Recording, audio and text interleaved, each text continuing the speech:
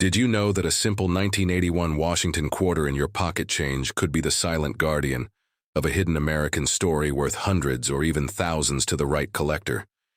And behind this tiny silver ring lies the drama of minting errors forgotten, silver plans, economic battles, and the unstoppable journey of the mighty Washington quarter into the pockets of millions.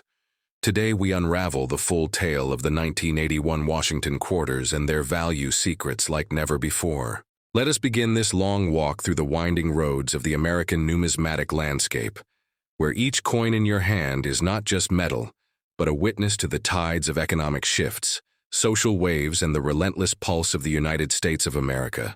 The Washington quarter, born out of a decision to honor the nation's first president, has journeyed from the Great Depression to the turbulent 80s, where 1981 stood as a silent chapter, yet holding secrets that most people never see when they glance at their change.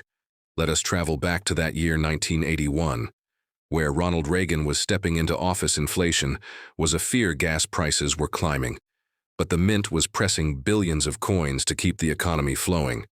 The 1981 Washington quarter was struck at three key mints, Philadelphia, Denver, and San Francisco, each leaving its mark through the famous mint marks, P for Philadelphia, D for Denver, S for San Francisco. But did you know that in 1981, the Philadelphia Mint did not put a P on the quarter? The P mint mark was not yet standard practice. So when you hold a 1981 quarter without a letter under Washington's neck, you are holding a piece that was born in Philadelphia. Now the Denver Mint produced vast numbers too, and each D mark signifies its western birthplace. And then there is the S mark, which usually means the coin was not meant for circulation at all, but rather for collectors' proof sets that shine with a mirror-like background and frosted features. These proofs are the hidden gems of the 1981 run, because they often hold the highest quality strikes, but also because of their mistakes. Yes, mistakes, the errors that slip through the careful eyes of the mint inspectors, become the treasures that collectors hunt for with bated breath. Double die, obverse, double die. Reverse miss strikes off center, broad strikes filled. Mint marks, clipped planchets, and these minting anomalies transform a 25-cent coin into a trophy that could fetch hundreds or thousands if the right buyer appears. Now look closer at the metal itself. The 1981 Washington quarter is a clad composition, a sandwich of copper and nickel, that replaced the 90% silver coins of the pre-1965 era. The silver had become too precious for everyday circulation, and so the clad coin was born. Yet sometimes, by mistake, a leftover silver planchet from earlier years might have found its way into the 1981 presses. When this happens, and when the coin escapes the rigorous mint checks, you might hold a rare silver quarter in your hand, a treasure hidden in plain sight. Now the design is familiar, the stoic profile of George Washington adapted from the bust by Jean-Antoine Houdon, sculpted by John Flanagan, adorns the obverse. The word liberty arches over his head.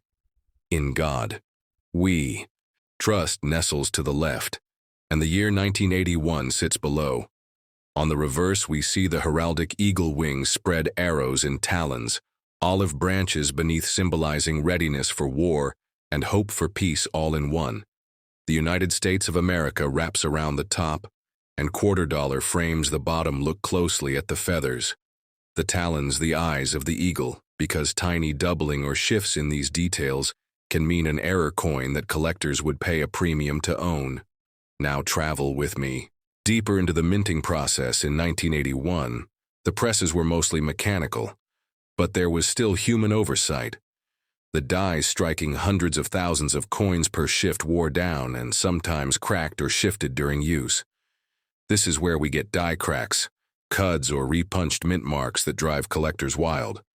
These small imperfections turn an ordinary coin into an extraordinary one, but only if you know how to spot them. Some 1981 quarters bear weak strikes because of worn dies. Others show strong, bold details because they were struck with fresh dies early in the cycle, and these early strikes, called first strikes, are sometimes more valuable, especially in top grades. Now the grading scale is another mountain that every coin must climb to determine its value, from poor and good grades, where the details are worn smooth, to very fine, extra fine, and mint state.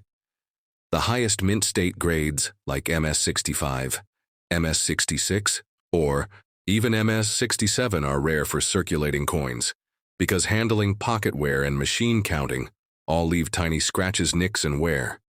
So if you ever come across a 1981 Washington quarter that looks untouched, flawless, under magnification with clean fields, sharp edges, and no bag marks, hold on to it, because top population coins attract top dollar at auction.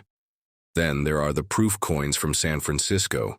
These are struck multiple times with polished dies, on special planchets, giving them a deep cameo contrast that shines under light. Collectors prize these proofs. But even here, perfection is hard to find. Cameo and deep cameo designations raise the stakes, and so do errors in the proofs, like missing mint marks or doubling, and sometimes unscrupulous folks try to create fakes by polishing or altering coins. But experts use magnification, weight, and metal tests to expose these counterfeits. Remember the 1981 proof. Sets were also sold directly to collectors, so many survive in pristine condition. But only the top-graded coins with cameo or deep cameo finishes can command high premiums. Now, the population reports from grading services like PCGS and NGC show us how many high-grade examples exist. And as more coins get submitted and graded, the populations change, affecting rarity and value trends. Some years see prices climb as new collectors enter the market seeking to complete their Washington quarter sets from 1932 to 1998. The eagle reverse design stands as a continuous legacy until the 50-state quarters arrived in 1999, forever changing the quarter-dollar design. But that is another story, so let us return to the hunt. Today, treasure hunters search through rolls, bags, and boxes of quarters, looking for that elusive 1981 gem, a mint state beauty, a rare error, a hidden silver slip, or a proof that escaped into circulation. And when they find one, their hands tremble because they know they hold a piece of history and value wrapped in copper and nickel.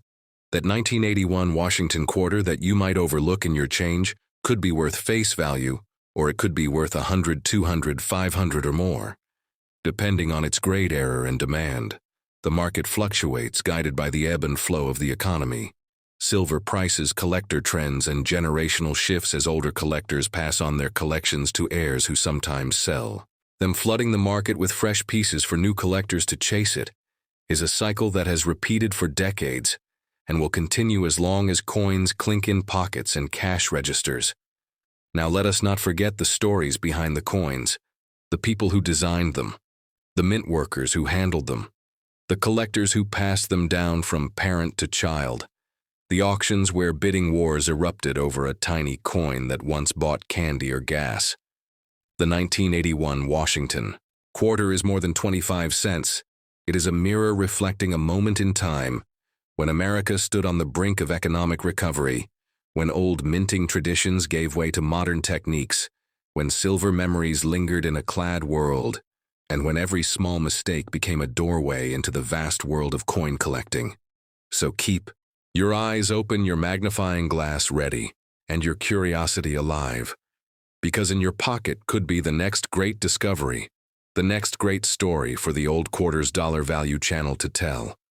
And this is why we treasure the humble 1981 Washington quarter, a silent guardian of American history,